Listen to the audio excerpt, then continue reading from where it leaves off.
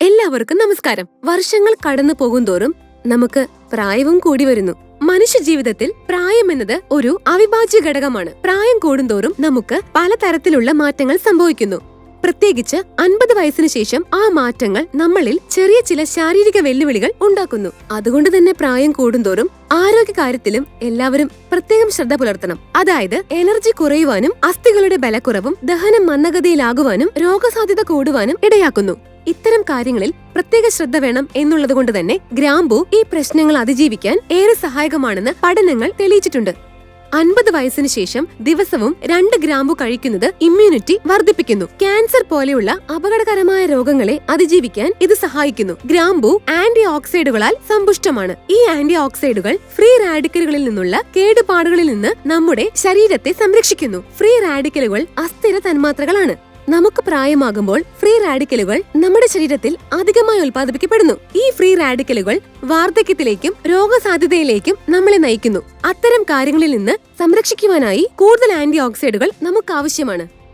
നമ്മുടെ ഭക്ഷണത്തിലുള്ള ആന്റി ഓക്സൈഡുകൾ ലഭിക്കുവാനുള്ള നല്ലൊരു വഴിയാണ് ഗ്രാമ്പു. കൂടാതെ ഗ്രാമ്പു വീക്കം കുറയ്ക്കുവാനും ഹൃദ്രോഗത്തെ ചെറുക്കുവാനും സഹായിക്കുമെന്ന് പഠനങ്ങൾ തെളിയിക്കുന്നു.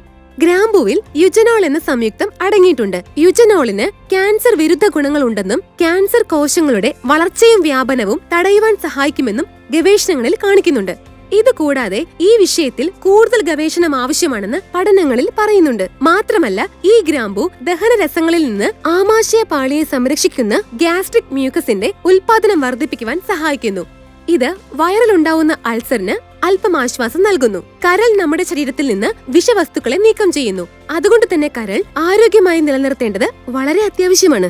ഓക്സിഡേറ്റീവ് സ്ട്രെസ്, വിഷവസ്തുക്കൾ മൂലമുണ്ടാവുന്ന വീക്കം എന്നീ പ്രശ്നങ്ങൾ പരിഹരിക്കുവാൻ ഈ ഗ്രാമ്പു സഹായിക്കുന്നു. ക്യാൻസറിനെ ചെറുക്കുവാൻ സഹായിക്കുന്ന യുജനോൾ എന്ന സംയുക്തത്തിന് കരളിന്റെ പ്രവർത്തനം മെച്ചപ്പെടുത്തുവാൻ കഴിയുമെന്ന് പഠനങ്ങൾ തെളിയിക്കുന്നുണ്ട്. പ്രായം കൂടുന്തോറും എല്ലുകൾ ദുർബലമാവുകയും ഒടിവുകൾ ഉണ്ടാകുവാനുമുള്ള സാധ്യത കൂടുതലാണ്.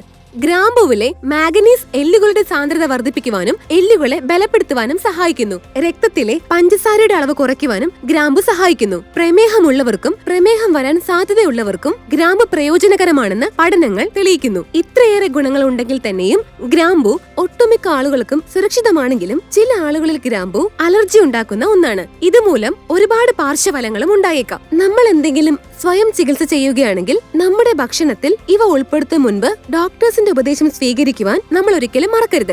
Note: the information given in this video is not a substitute for any medical treatment. Also, don't forget that you are taking care of your health and depending on the situation, you can seek the prescription of your doctor regarding this.